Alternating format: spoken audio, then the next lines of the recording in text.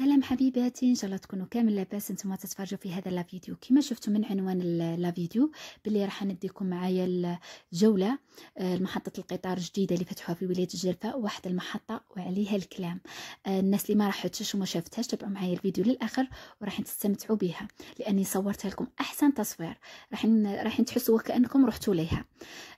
راح نوري لكم كامل التفاصيل تاعها، مانيش حنخلي لكم ولا حاجه باش مره جايه اذا كنتوا حابين تروحوا ديريكت. نتوما عارفين كلش. كما راكم شفتوا هنايا حتى ندير زبيطي قدايا. كما تعرفوني انا الزبيطي نديرو بدون مهرس، لانه ما عنديش مهرس الا غالب، مازال ما شريتش. هي ناويه نشري بصح مازال ما طحتش في حاجه مليحه، لاني نحوس على المهرس تاع الكروش ولحد الان ما لقيتوش. الاغلب اللي يقولوا لي راه ايه هذا تاع كروش، بصح كي تشوفيه كيما هكا وتعرفيه الناس اللي تعرف الكروش يقول لك باللي ماهوش تاع كروش، قاي كذب. وفوقها اصلا باينه على السعر تاعو، تلقاه 200,000 160,000 تاع الكروش، يدير ب 500 والفوق، ماهوش رخيص. ومش اي واحد يبيعو، معناها كاينين الناس يبيعوه. كما راكم تعرفوني انا الوصفه هذه نديرها باجتهادي الخاص. حاولت اني نشوف الوصفات البوسعاديه وندي من عندهم كامل واش راهم يديروا ونطبق. لحد الان البنه تاعو روعه. هنا تخصني كما قلت لكم المهرس فقط. اما بالنسبه للناس بوسعاده اللي كنتوا معنا هنا في القناه، اذا كنت كاش حاجه زايدتها ولا منقصتها ولا كما نقولوا مقله منها ولا زايده فيها، خلونا تعليقات وقولوا لنا كيفاه نديروهم، لانه الزفيط تاعكم لا يعلى عليه. كنت من قبل رحت لبوسعاده وكليتو لهيكا، بنه تاعو روعه. ما لحد الان ما قدرتش نلقى واحد يطيبوا بهذيك الطريقه، ولا انا قدرت نوصل لهذيك الطريقه تاع يجي بنين ويجي روعه والناس كامل يعجبهم. بصح لحد الان كما يقولوا ما قنعنيش لهذيك تاع ناس بوسعاده. واحد الزفيطي عندهم روعه، ما كاش اللي راح يجيبوا نهائيا.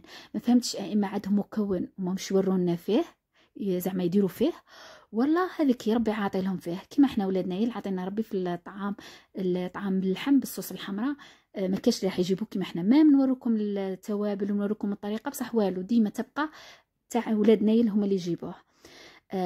وهذه راجعه لكل ولايه، اي ولايه تلقاو الماكله تاعها هما اللي يجيبوها. وما احنا نعاندوهم ونقلدوهم، بصح ديما تحسي كاين ناقصه حاجه، اللمسه الخاصه تاعهم ناقصه. المهم هذا هو الزفيط تاعي. كما قلت لكم الوصفه نديرتها في القناه تاعي، حوسوا عليها وراح نزيد نخليه لكم في صندوق الوصف. الزبيط تاعي يجي احمر، يجي بنين، يجي هذاك الفطير هذاك يجي مشرب، يجي روعه، ما يجيش يابس. البنه تاعو روعه، مالا جربوها وقولوا لي في التعليقات. ويلا نبداو الجوله تاعنا. كما راكم شفتوا هنايا هذه الساحه. قبل راح تلقاو بورتاي كبير، وبعد تدخلوا معاه، بعد تلقاو هذه الساحه.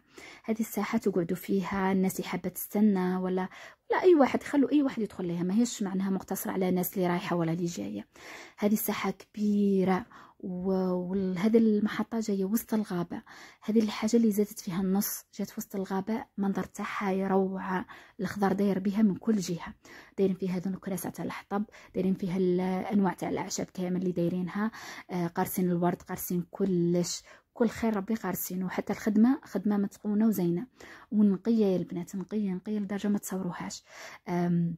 احنا نعرفوا باللي المرافق شويه هذه العموميه ديما نلقاهم مسخه، بصح لحد الان هذه راح نقيه، وان شاء الله يبقاو محافظين على النقاط تاعها، لانه الموظفين اللي هيك راهم محافظين على النقاو وراهم متبعينها. دوكا حتبقى الجانب الاخر لينا حنايا كزبائن الهيكا. الناس شويه نتحضروا مره جاي كي تروحوا ليها، مثلا تقعد في ديك الطوابل، ما تسيحوش القهوه، ما تسيحوش التاي اللي ديتوه معاكم. كليتو ولا خدمتوا بحاجه، رفدوا لها ولحوها في اللابوبال، لانه اللابوبال راهم دايرين خير وبركه تاع هذوك البوادن هذوك تاع اللابوبال، معناها مش راح تتعيا كي ترفدها. بالطبع نحاولوا انه نحافظوا عليها، لانه حاجه زايده في ولايتنا. الحاجه اللي حابه نقولها لكم، الناس اللي حتى تجي تقول لي هذه محطه تاع قطار ومانيش عارف شنو هي. ايه محطه تاع قطار وعجبتنا ومخلوعين فيها، لانه الصراحه المرافق العموميه ناقصه عندنا، وماذا بينا يديروا لنا هذه المرافق، لانه هذه الحاجه حنستفادوا احنا منها، وفوقها راح تزيد في القيمه تاع الولايه تاعنا، راح ترفع بالولايه تاعنا. احنا الحمد لله من النوع اللي نستكثروا الخير كي يجي، نحمد ربي عليه، لانه هذو الحوايج يزيدوا فينا احنا وفوقها نستفادوا منهم. كما راكم شفتوا واحد المحطه داروها روعه.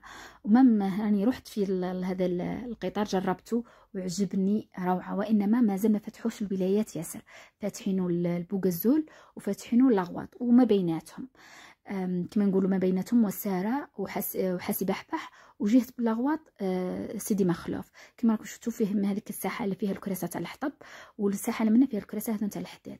وكما راكم شفتوا هنايا كان وين تروحي جهه المصلى. لحد الان راني مازال ما دخلتش المحطه الداخل. هذا المصلى كان مصلى تاع نساء ومصلى تاع الرجال، اكيد فيه التواليت.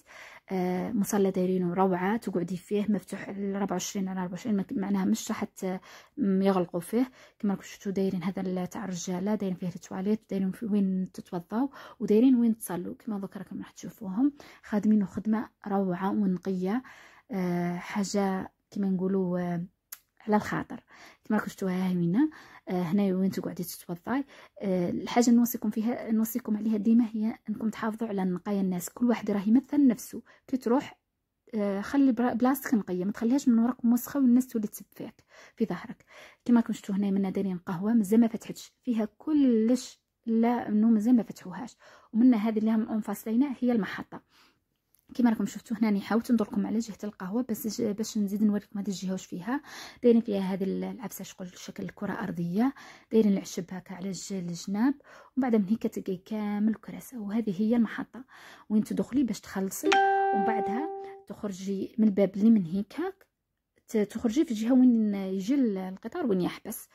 درك راح نوريكم الجهه اللي من هنا كيفاش دايره. ما نكذبش عليكم هنا كي دخلت ما قدرتش نصوركم محطه الداخل لانه كانوا فيها الناس ونساء، ما قدرتش نصورها لكم، خليت حتى نخرج من الباب هكا وصورت لكم. كما راكم شفتوا هنا وين تقعدوا تستناو باش كيجي هذاك القطار تستناوه.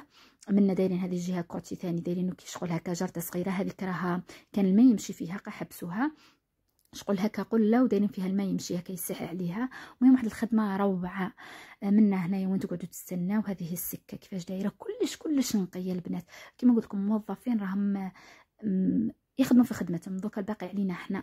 هنا دايرين هذه الشاشه وين يكتبوا لك وقت الوصول وقت المغادره، دايرين كلش يا البنات. واحد المحطه روعه. كما قلت لكم انني كنت رحت فيها. كما قلت لكم يدي لاغواط ب 15000 ويدي البوغازول ب 21000 ويحبس ما بيناتهم. كما يحبس ما بيناتهم 40 دقيقه ويعاود يديماري.